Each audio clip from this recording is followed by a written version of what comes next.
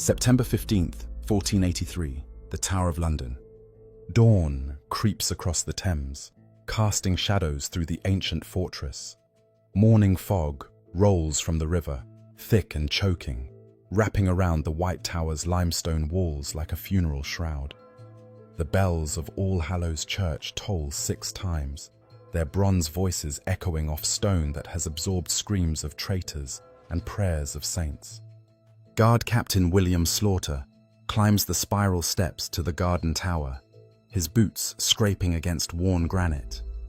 Each step echoes through the narrow stairwell, mocking the silence that has settled like death itself. His torch flickers, casting dancing shadows. The acrid smell of burning pitch mingles with damp mustiness and something else, something that makes his stomach clench with dread. He pauses at the heavy oak door guarding the royal apartments. The iron lock, newly installed on the king's orders, gleams in torchlight. His hand trembles as he fits the key. Behind this door should be England's rightful sovereign, 12-year-old Edward V, and his brother Richard, Duke of York, age 9. 2 boys who, just 5 months earlier, represented the future of England itself. The lock turns with a grinding screech. The door opens to chambers cold as a tomb. Empty beds, undisturbed coverlets. No servants with washing water. No tutors with Latin lessons. No laughter from window alcoves where 2 princes once watched the Thames, dreaming of futures that would never come. Where are the princes? This question will haunt England for centuries. In months, 2 children have vanished completely, leaving only empty rooms, abandoned toys, and a crown now resting on their uncle's head. Richard III wears it, but at what cost? The medieval world confronts its most enduring mystery. In these chambers lies evidence of a crime so shocking it will stain the English crown for generations. 2 innocent children became pawns in a deadly game, and now the board is cleared.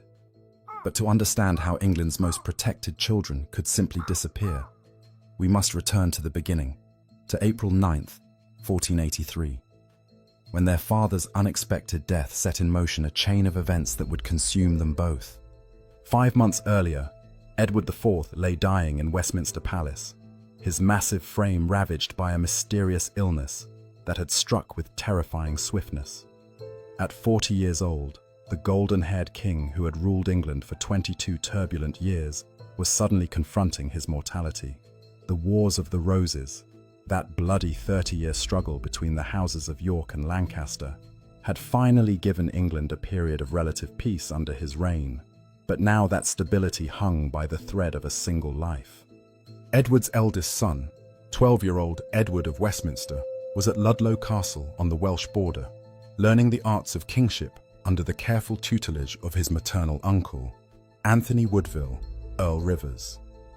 The boy possessed a gravity unusual for his age, with penetrating blue eyes that seemed to hold wisdom beyond his years. Courtiers spoke admiringly of his quick wit, his facility with languages, and his remarkable dignity when conducting royal business.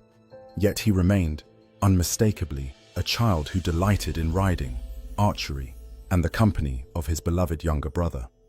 That younger brother, 9-year-old Richard, Duke of York, was everything his elder sibling was not. Impulsive where Edward was thoughtful, mischievous where Edward was serious, charming where Edward was reserved. With his father's golden curls and his mother's fine features, little Richard had captured the hearts of the entire court. The Spanish ambassador described him as of remarkable beauty, while English courtiers noted his infectious laughter and fearless spirit. At 9, he could already read Latin, speak French, and handle a sword with surprising skill for his size. Their mother, Elizabeth Woodville, had risen from minor nobility to become Queen of England through a marriage that scandalized the kingdom. Beautiful, ambitious, and fiercely protective of her children, she had spent 20 years navigating the treacherous waters of court politics. Her large family, she had brought 2 sons and 5 daughters to her marriage with Edward IV, formed a powerful network within the royal administration. The Woodvilles, as they were known, held key positions throughout the realm, from the Welsh borders to the royal household itself. But power breeds enemies, and none more dangerous than Richard, Duke of Gloucester, Edward IV's youngest brother and the boy's uncle. Small in stature, but immense in ambition, Richard had spent his adult life in loyal service to his brother, governing the unruly north with an iron fist. Contemporary descriptions paint him as intelligent, capable, and utterly ruthless when necessary. He possessed the military skills that Edward IV's sons had yet to develop, commanding fierce loyalty from hardened northern soldiers who cared nothing for the soft courtiers of the south. The seeds of tragedy were sown in the complex relationships that bound this royal family together and tore them apart. Edward IV had appointed his brother Richard as Lord Protector in his will, should he die before his heir came of age. This was standard practice. The realm needed strong leadership during a royal minority, yet tension simmered between Richard and the Woodville faction, each viewing the other as a threat to their vision of England's future. Religious observance dominated daily life for the royal children, as it did for all medieval nobles. Each morning began with prayers, each meal with grace, each evening with devotions. Young Edward had already shown signs of the deep piety that would mark his brief reign, spending hours in prayer and demonstrating genuine care for the welfare of his future subjects. His brother Richard, though more playful, possessed the same fundamental faith that governed every aspect of medieval existence. Their education followed the pattern established for royal heirs throughout Europe. Latin and French were as essential as English, for a king must communicate with European monarchs and read the scholarly treatises that formed the foundation of statecraft. Mathematics, history, philosophy, and theology filled their days, while afternoons brought training in the martial arts that would make them effective military commanders. Both boys showed promise, though Edward's scholarly bent contrasted sharply with Richard's preference for physical pursuits.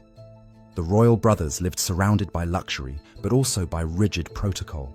Every meal was a ceremony, every public appearance a carefully choreographed performance. They wore the finest silks and velvets, ate from golden plates, and slept in chambers hung with tapestries worth more than most nobles' entire estates. Yet this luxury came with the price of constant supervision, limited privacy, and the weight of expectations that would have crushed ordinary children. When Edward IV died on April 9, 1483, he left behind a kingdom on the brink of civil war. His 12-year-old heir was 3 days' ride away in Wales, protected by the Woodville faction that Richard viewed with deep suspicion. The dying king's final arrangements had attempted to balance these competing interests, but death rarely respects political compromises. Within hours of the king's death, urgent messengers were racing toward Wales and Yorkshire, carrying news that would determine the fate of 2 innocent children who had no idea their lives hung in the balance. The stage was set for a drama that would end in those empty chambers 5 months later, with questions that echo still across the centuries. The first messenger reached Richard of Gloucester at Middleham Castle on April 11th, 2 days after the king's death. The Duke received the news with characteristic composure, his pale face betraying nothing of the calculations racing through his mind. Within hours, he was summoning his northern retainers to arms. The second messenger found young Edward V at Ludlow Castle, where the boy's reaction was markedly different, tears streaming down his face as he grasped that his beloved father would never return. The third messenger bore urgent dispatches from Anthony Woodville to the Queen, warning that Richard was mobilizing forces. The Game of Thrones had begun, and 2 children stood at its center, unaware that their very existence threatened the ambitions of adults who claimed to protect them. Elizabeth Woodville's response was swift and desperate. In Westminster's shadow, she summoned her brother Edward and eldest son Thomas Grey. Their whispered conferences spoke of fear barely contained. The Woodvilles controlled the treasury and navy, but Richard commanded the fierce loyalty of the North and possessed the crucial advantage of being named Lord Protector. Young Edward V remained at Ludlow, struggling to comprehend his new responsibilities. His tutors reported that the boy spent hours in the castle chapel, praying for guidance and weeping for his father. Yet when duty called, he demonstrated remarkable dignity. "I shall be a good king," he told Earl Rivers, his voice steady despite his tears. "My father taught me that a king must serve his people, not himself." The critical moment came on April 24th, when the royal party departed Ludlow for London and Edward's coronation. Earl Rivers had assembled a modest escort, but the Queen's frantic messages urged caution. She feared Richard's intentions, though she dared not speak openly of her suspicions. The journey that should have been triumphant became a race against time. Richard struck first, intercepting the royal party at Stony Stratford on April 30th. His manner was courteous, his words honeyed with familial affection. "My beloved nephew," he said, kneeling before the startled 12-year-old king, "I come to escort you safely to your throne." But his 300 armed men told a different story, and by dawn, Earl Rivers and Sir Richard Grey lay under arrest. Edward V's reaction revealed steel beneath his youthful exterior. "By what authority do you arrest my servants?" he demanded, his voice carrying royal command that surprised even Richard. "I am the King of England, and I will have answers." For a moment, uncle and nephew stared across a chasm that would only widen, the boy's moral authority clashing with the man's military power. The journey to London became a carefully orchestrated display of Richard's control. At every stop, he presented himself as the loyal protector, while Edward V sat silent, his blue eyes watching everything with intelligence that made his uncle uncomfortable. The boy was learning hard lessons about power, and Richard sensed his nephew's innocence was fading. In London, Elizabeth Woodville received news of her brother's arrest with rage and terror. "They mean to destroy us all," she told her daughters. That night, she made the fateful decision that would seal her son's fate. She fled to Westminster Abbey's sanctuary with her younger children, including 9-year-old Richard, Duke of York. The sight of the Queen taking sanctuary sent shockwaves through London. Citizens gathered in streets, whispering of civil war and remembering bloody chaos of previous royal minorities. Merchants began hiding their gold and preparing for the worst. Young Edward V entered London on May the 4th, still technically king, but increasingly isolated. His reception at the Tower was magnificent, pageants and ceremonies that masked the reality of his situation. He was lodged in royal apartments where ancestors had prepared for coronations, but new locks on doors and changing guards told a different story. The boy's questions became pointed as days passed. "When will my coronation be?" he asked repeatedly. "When may I see my mother?" His tutors were replaced with Richard's appointees, his servants dismissed. Each change was explained as necessary for security, but Edward V was intelligent enough to recognize imprisonment. The most heartbreaking moment came when Richard convinced the Queen to release her younger son from sanctuary. "The boy needs his brother," he argued with apparent sincerity. Elizabeth Woodville's maternal instincts warred with political wisdom, but love triumphed over caution. On May 19th, 9-year-old Richard, Duke of York, was escorted to the Tower to join his brother. The reunion was joyful but brief. Witnesses reported that the younger prince's laughter filled the apartments for the first time in weeks, as brothers played in the Tower's gardens. Yet even little Richard sensed the changed atmosphere. "Why can't we see Mama?" he asked. "Why do guards watch us so closely?" Edward V had no answers that wouldn't terrify a 9-year-old child. By June, the transformation was complete. Dr. John Argentine reported that Edward V had grown morose and withdrawn, spending hours in prayer and speaking often of death. Like a victim prepared for sacrifice, the doctor would later testify. The young king seemed to understand what was coming. The final blow came on June 22nd, when Dr. Ralph Shaw preached at St. Paul's Cross, declaring Edward IV's marriage invalid, making both princes illegitimate bastards with no claim to the throne. The congregation listened in stunned silence as centuries of succession were overturned. 4 days later, Richard was crowned King Richard III at Westminster Abbey. The ceremony was magnificent, but the new king's eyes kept drifting toward the Tower, where 2 children awaited their fate. The boy, who should have worn the crown, was watching from a window, his face pale with terrible knowledge that his uncle had taken everything, his throne, his freedom, and soon, perhaps, his life. The Game of Thrones was nearly over, but the final moves would be played in shadow and silence, leaving only empty chambers and questions that would echo through centuries.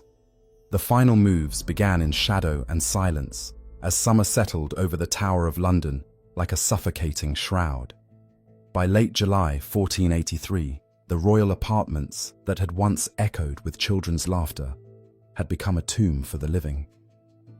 Dr. John Argentine made his last recorded visit to the princes on July the 15th, emerging from their chambers with a face pale as death itself. When pressed by concerned courtiers, he could only whisper, "The young king speaks constantly of his approaching end." Richard III had systematically removed all witnesses who might speak of the prince's condition. The boy's personal servants were dismissed without explanation. Their tutors simply vanished from the royal household. Even the Tower's veteran guards were replaced with Richard's northern soldiers, men whose loyalty was absolute and whose silence could be bought with gold or enforced with steel. Sir James Tyrrell, Richard's most trusted agent, arrived at the Tower in late July. Contemporary sources described him as a man of no gentle blood, but much practical cunning. Someone who had performed the king's darker errands without question for years.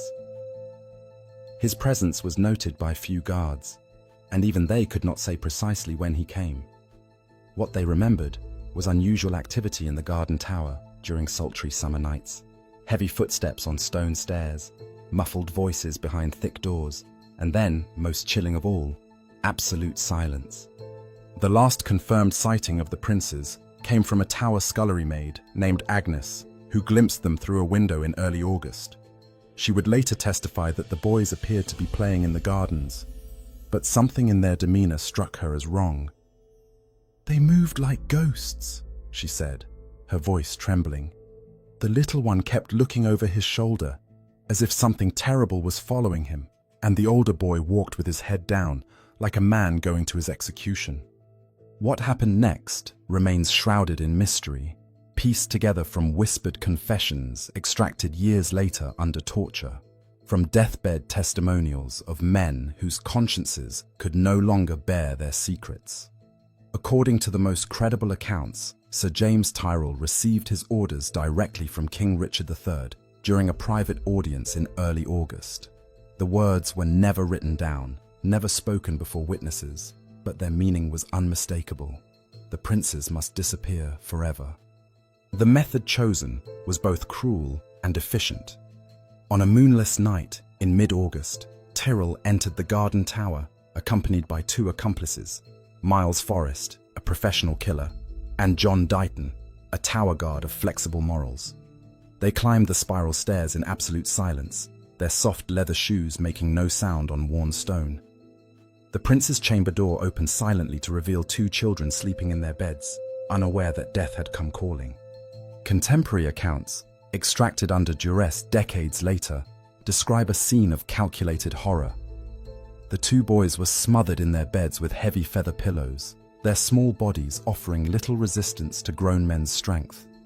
Edward V, perhaps awakening first with terrible awareness of his fate, may have struggled briefly before succumbing. His younger brother Richard likely died without ever fully understanding what was happening, his last breath drawn in the confused space between sleep and waking. The bodies were removed immediately, carried down those same spiral stairs and buried somewhere within the tower's ancient walls. Some accounts suggest they were interred beneath a staircase in the White Tower, others that they were thrown into the Thames under cover of darkness. The truth died with the perpetrators, taking any hope of proper burial for England's murdered princes. By morning, the royal apartments stood empty. Guards reported that beds had been stripped, chambers cleaned, and doors locked once more. When questioned about the princes' whereabouts, they were instructed to say nothing. The royal children were simply no longer in residence. No official announcement was made, no explanation offered. The boys, who had been the center of England's political universe, simply ceased to exist. The immediate reaction among the tower's inhabitants was terror and willful blindness. Those few who suspected the truth dared not speak of it, for King Richard's reach was long and his memory longer. The Spanish ambassador noted in a coded dispatch that the young king and his brother have not been seen for many days, and dark rumors circulate among the people. Dr. Argentine fled England within days of their disappearance, sailing for the continent with nothing but the clothes on his back. He would spend the rest of his life in exile, never returning to the land where he had served the children he could not save. On his deathbed years later, he would whisper to a priest about the terrible knowledge he carried. The symbolic weight of the murders cannot be overstated. In killing his nephews, Richard III had not merely eliminated political rivals, he had murdered the living embodiment of England's future. The direct male line of the House of York died with those two children, creating a dynastic void that would ultimately be filled by Henry Tudor. As autumn arrived and the prince's continued absence became impossible to ignore, whispers began spreading through London's streets like plague. Merchants spoke in hushed tones of royal ghosts haunting the tower walls. Mothers pulled their children closer when passing the fortress, crossing themselves and muttering prayers for innocent souls. King Richard III found that his crown sat heavily upon his head. Victory had turned to ash in his mouth, power purchased with children's blood proving hollow and bitter. The empty chambers in the tower stood as an eternal accusation against him, their silence more damning than any court of law. The Game of Thrones was over, but the price had been the innocence of two children, whose only crime was being born to royal blood that both protected and doomed them.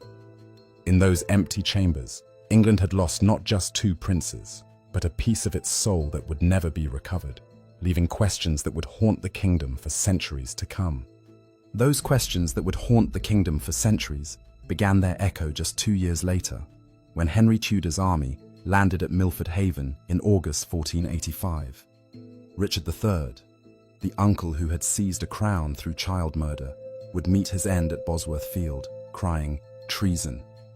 His body bore 17 wounds, far more violent than the quiet suffocation he had ordered for 2 sleeping boys. Henry VII built his dynasty upon the prince's tragedy. By marrying Elizabeth of York, sister to the murdered boys, he symbolically united the warring roses and legitimized his claim. Yet the new Tudor king never dared investigate his predecessor's crime. The truth was too dangerous. In 1674, workmen renovating the tower found a wooden box containing 2 children's skeletons beneath a staircase. King Charles II ordered them buried in Westminster Abbey with full honors. Yet this apparent resolution raised questions. The bones were never properly examined until 1933, when scientific study suggested they belonged to children of the right ages, but could not definitively prove their identity. Modern forensic science has added possibilities, but no final answers. The 2012 discovery of Richard III's skeleton in Leicester renewed calls for DNA testing of the prince's bones, though Westminster Abbey remains reluctant to disturb their rest. Shakespeare's villainous Richard III became the defining image of the uncle who murdered for a crown. Today, empty chambers in the tower draw millions of visitors who stand where 2 children once played and died. The question Guard Captain Slaughter confronted in those empty chambers on that foggy September morning in 1483, "Where are the princes?" has never been fully answered. 540 years later, we know they are gone, we suspect how they died, and we understand why. Perhaps the greatest tragedy is not that 2 children died, but that their deaths were so easily accepted by a world that valued power over innocence. Their story continues to haunt us because it reveals that even the most sacred bonds can be severed by ambition's knife. Us, because it reveals an uncomfortable truth, that even the most sacred bonds can be severed by ambition's knife.